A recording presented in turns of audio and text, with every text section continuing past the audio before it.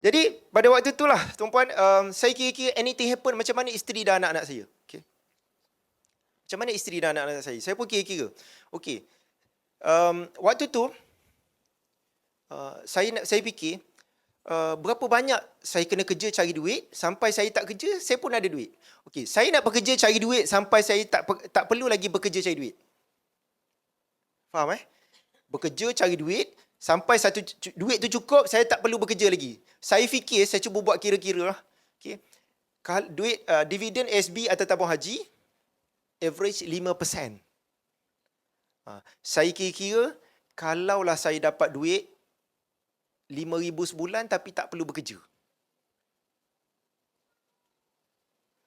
Berapa duit yang saya kena ada dalam SB, tabung haji atau mana-mana pelaburan lah yang bagi keuntungan dividen 5%.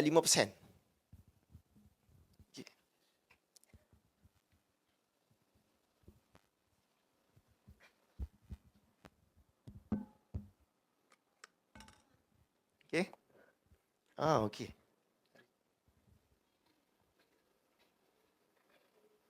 Okey.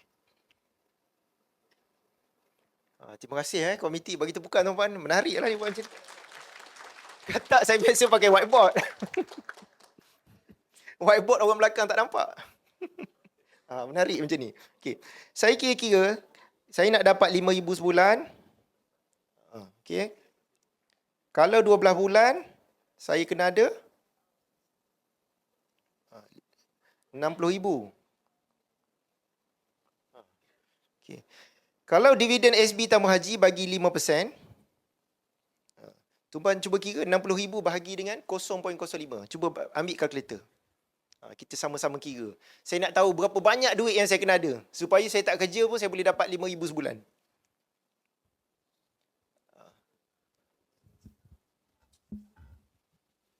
Kesian yang sini.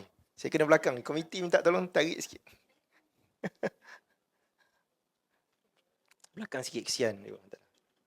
Hati-hati. Okey. Boleh Okey. Okey, dapat berapa tuan-puan? 1.2 juta. Saya kena ada 1.2 juta. Letak dalam ASB, tabung haji. ASB dia tak boleh letak 1 juta. Dia ada limit. SB, tabung haji dan yang sewaktu dengannya yang boleh dapat 5%. Okay. Saya kena kumpul kekayaan sampai saya ada 1.2 juta. Pada tahun 2005 itulah, umur saya 25 tahun, hutang tak habis bayar lagi tuan-puan. Tak bebas hutang lagi tuan-puan. Hutang tak habis bayar lagi. Tapi target tu dah ada sebab ada ilmu. Bila kita ada ilmu tuan-puan, kita nampak masa depan. Lagi banyak ilmu, lagi jauh kita nampak. Itu pentingnya ilmu. Okay. Jadi saya perlu ada 1.2 juta. Kalau saya ada 1.2 juta, letak SB tabung haji, saya adalah passive income 5,000 sebulan walaupun tak bekerja. Jadi daripada situ saya letak target. Macam mana nak dapat? Saya tak tahu lagi. Tapi saya mula cari jalan, explore, baca lagi. Macam-macam buku saya baca. Macam-macam buku, macam-macam bisnes. Bila ada target tuan-puan, saya serius menabung. Tabungan pertama saya RM20 sebulan. RM20 sebulan. Saya tulis dalam buku Misi Bebas Hutang. Sebab memang tak ada duit. 20. Sebab kenapa saya bermula walau 20? Banyak orang remeh. Alah RM20 je. Alah RM50 je. Alah RM100 je. Tuan-puan, tak apa. Kita bermula kecil tapi cita-cita kita besar. Mula kecil tak apa. Cita-cita kita kena besar. Dan tabungan bukan tentang berapa jumlah. Ingat saya sebut tadi, keuangan bukan sahaja tentang kira-kira. Dia tentang tabiat, tentang disiplin, tentang habit, tentang sikap. Kita nak membentuk sikap ni, sikap menabung je dulu. Bukan jumlah lagi tuan-tuan, sikap dulu. Okay. Jadi, RM20 sebulan, saya buat potongan gaji. Sebab apa? Saya baca dalam buku, kewangan disebut menabung mesti auto. Dia tak boleh tuan-puan menabung. Perkara yang betul ni tak perlu buat decision sepatutnya. Dia kena jadikan auto. Kalau penyimpan emas public gold, mana lebih baik beli outright purchase ataupun gap?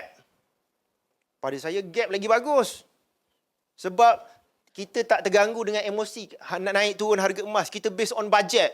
Budget sebulan 100, budget sebulan 500, budget sebulan 1000, budget sebulan 2000. Tak kisah berapa harga, top up. Jangan diganggu oleh emosi. Lagi bagus, buat gap auto debit. Sebelum duit tu kita sebelum kita sentuh, duit tu dah siap-siap potong masuk dalam simpanan kita. Macam itulah saya buat potongan gaji masuk di tabung haji. Isi borang, hantar borang dekat HR, buat potongan gaji. Sebelum duit tu masuk ke akaun saya, potong siap-siap masuk dalam tabung haji. Tuan-puan boleh buat dalam SB pun boleh.